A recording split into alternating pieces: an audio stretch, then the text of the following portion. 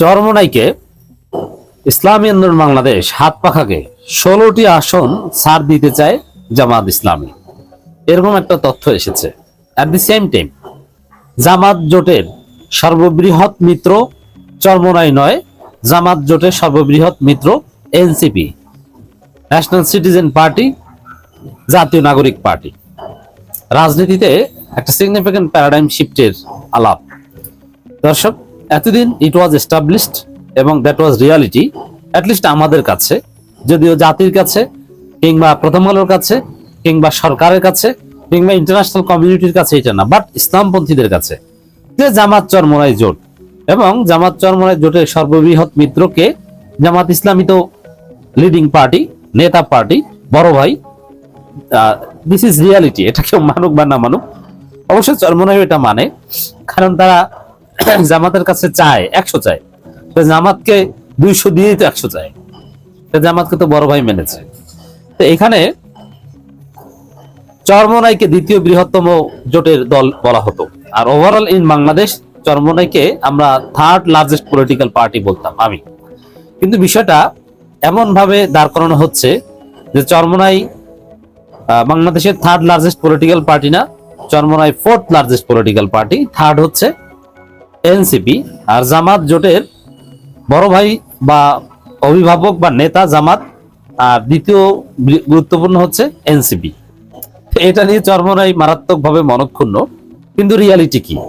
সমকালের একটা রিপোর্ট নিয়ে মোটামুটি চরমোনাই অঙ্গনে ব্যাপক মন খারাপের ঘটনা ঘটেছে। কিন্তু রিয়ালিটি না জানলে আপনি মন খারাপ করে আরো খারাপ পরিস্থিতিতে যাবেন। You have to know the reality, কি ঘটছে।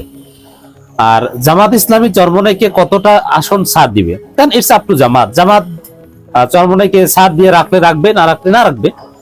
চরমোনাই এককভাবে নির্বাচন করবে, এককভাবে নির্বাচন করে তারা একটা আসন পাবে না, এটা জানে তারা। এখন দেখেন 16টি আসনের কথা বলা হচ্ছে। এর আগে আমরা 30, 35, 40, 50টা কথা বলেছি, কিন্তু জামাত তাদেরকে 16টা দিতে চেয়েছে। এটা কতটুকু ভ্যালিড বা কতটুকু বাস্তবসম্মত? দেখেন, প্রথম কথা হচ্ছে যত কম আসনে নির্বাচন করতে পারে তত ভালো। জামাত বাস্তবে জামাত কতটা জিতবে? 300 আসনের মধ্যে ইন রিয়ালিটি জামাত নিজেরা 100 জিতলে এটা হবে ইতিহাসের এক মাইল ফলক।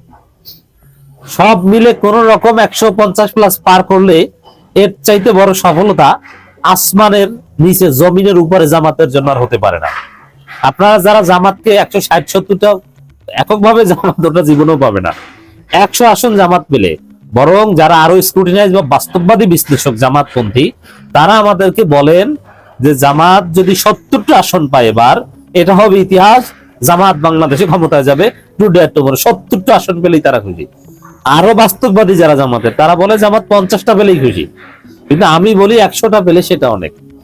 তো সেখানে যেখানে জামাতের টার্গেট 50, 70, 100টা জেতা, সেখানে চরমোনাই যদি সিরিয়াসলি ওভারঅল সবকিছু এলোমেলো করে ব্যাপকভাবে ছড়িয়ে একটাও জিততে পারবে না, এরকম না করে তাদের সমস্ত শক্তি 15টা 16টা আসনে তাদের সমস্ত ইফোর্ট দিয়ে যদি তারা 3, 4টা 5টা জিততে পারে, এটা হবে তাদের জন্য ইতিহাসের মাইল ফলক স্পর্শ করা।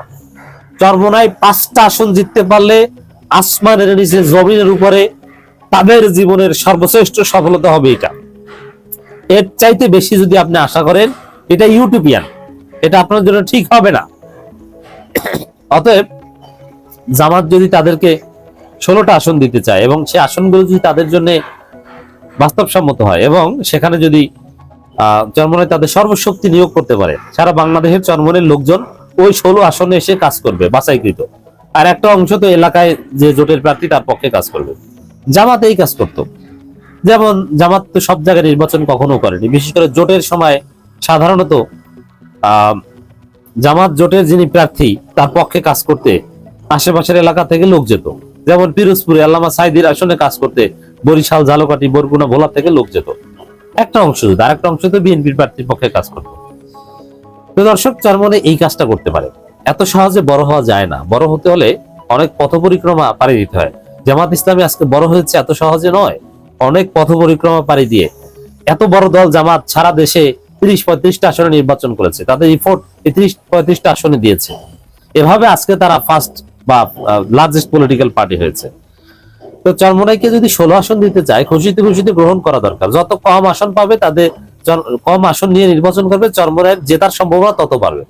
16 আসনে নির্বাচন করলে 5টা জিততে পারবে, 30 আসনে নির্বাচন করলে 3টে জিততে পারবে, 50 আসন নির্বাচন করলে 1টা জিততে পারবে। চরমোনাই যত আসন নিবে তত কম জিতবে, এটা লিখে রাখেন। যত কম আসন নিয়ে নির্বাচন করবে জোটের পক্ষ থেকে তত বেশি। আর এনসিপি কি চরমোনাইকে ছাপিয়ে চরমোনাইয়ের চেয়ে বড় দলের মর্যাদা পেয়েছে? এটা রিয়ালিটি, এটা আপনি মানেন আর না মানেন, প্রমাণ দেখাই। আমার সাংগঠনিক বিস্তার, ওভারঅল ভোট সব বিবেচনায় আমার কাছে এখনো চরমোনাই এনসিপির চাইতে অনেক বড় দল। কিন্তু বাস্তব কথা হচ্ছে যে ইউনূস সরকারের কাছে বড় দলকে, ইউনূস বিপদে পড়লে প্রথম দিন কাদেরকে ডাকেন? জামাত, বিএনপি, এনসিপি। চরমোনাই কি ডাক পেয়েছে? না। চরমোনাই কি কখন নিজেরা জোরালো ভাবে বলেছে, পীর সাহেব চরমোনাই কিংবা শাহেকে চরমোনাই, যে আমরা বড় দল, আমাদেরকে বিএনপি জামাতের সাথে ডাকতে হবে, এনসিপি কে? এটা বলতে পেরেছে? পারেনি। এর মানে চরমোনাই এটা মেনে নিয়েছে যে চরমোনাইয়ের চেয়ে এনসিপি গুরুত্বপূর্ণ, নাম্বার 1।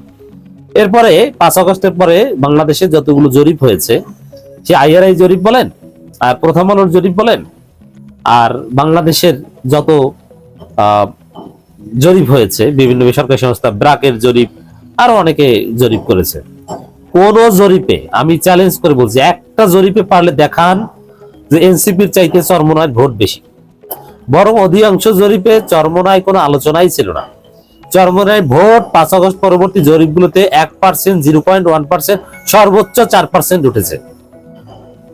এখন চরমোনাই ভোট বাস্তবে বেশি, কিন্তু তাদের গুরুত্বের কারণে তারা জরিপে বা রাজনীতিতে গুরুত্বটা পাচ্ছে না। এই রিয়ালিটি তো তাদেরকে মানতে হবে। বরং জামাতের সাথে আসার কারণে তারা আরো রিলেভেন্ট হয়েছে, না আসলে তারা আরো পিছিয়ে থাকতো। তো এই জায়গায় বিপ্লবের নেতৃত্ব দানকারী দল হিসেবে এনসিপির গুরুত্ব চরমোনাইয়ের চাইতে বেশি। এই কারণে তাদের ভোটের সমীকরণও বেশি অ্যাডভান্টেজ পাচ্ছে। এটা হচ্ছে খবর। দর্শক, সমকালের খবর, জামাতের জোটে এনসিপি সমস্যা। এখানে কিছু মজার তথ্য আছে, একটু দিচ্ছি।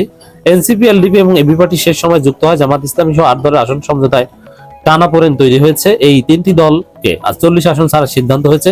তবে 8 দলের কে কতটি আসন ছাড়বে এ নিয়ে দেখা দিয়েছে নতুন জটিলতা। জামাতের প্রস্তাব ছিল নতুন 3 শরিকের জন্য তারা 16, চরমোনাই পীরের নেতৃত্বে ইসলামী আন্দোলন 16 এবং বাকি ছয় দল 8টি করে আসন ছাড়বে। তো এখানে জামাত শেষ পর্যন্ত 16 চিন্তা থাকলেও 30টা রেখেছে, আমি যতদূর জানি, খোঁজ পেয়েছি। তো দর্শক, এখানে মজার যে হিসাব, এবং দিস ইজ রিয়ালিটি, এটা চরমোনাইকে মেনে নিতে হবে। চরমোনাই অলরেডি মেনে নিয়েছে, এটা কখনো আপত্তি করে নেই। এনসিপি নাকি চরমোনাই, কে গুরুত্বপূর্ণ, এ নিয়ে বিরোধ। বিএনপির সঙ্গে ব্যর্থ আলোচনার পর জামাতকে এনসিপি শর্ত ছিল জোটে তাদের দ্বিতীয় বৃহত্তম দল হিসেবে স্বীকৃতি করতে হবে। এনসিপির একজন জ্যেষ্ঠ নেতা বলেন, জামাতের সঙ্গে আলোচনা পরিষ্কার করে বলা হয়েছে ইসলামী আন্দোলনের চেয়ে অন্তত 1টি আসন বেশি দিতে হবে। নির্বাচন সমঝোতা এনসিপিকে দ্বিতীয় বৃহত্তম দল হিসেবে স্বীকৃতি দিতে হবে। তো এতে ক্ষুব্ধ হয় শায়েখে চরমোনাই। তাহলে ফয়জুল করিম সাহেব বা চরমোনাই অনেকে এনসিপির প্রতি ক্ষুব্ধ বা জামাতের প্রতি ক্ষুব্ধটার একটা কারণ বোঝা গেছে। এখন এটা জামাতকে আপনি জোর দেন, ইউনূসকে গালি দেন, ইউনূসই তো এনসিপি কে চরমোনাইয়ের চাইতে বড় আকারে গুরুত্ব দিয়েছে। আপনার ইউনূসের সাথে ডিল করে তারপরে জামাতের সাথে ডিল করতে আসেন। চরমোনাইয়ের উচিত রিয়ালিটি মেনে নিয়ে সক্ষমতার আলোকে সর্বোচ্চ ফল করার চেষ্টা করা।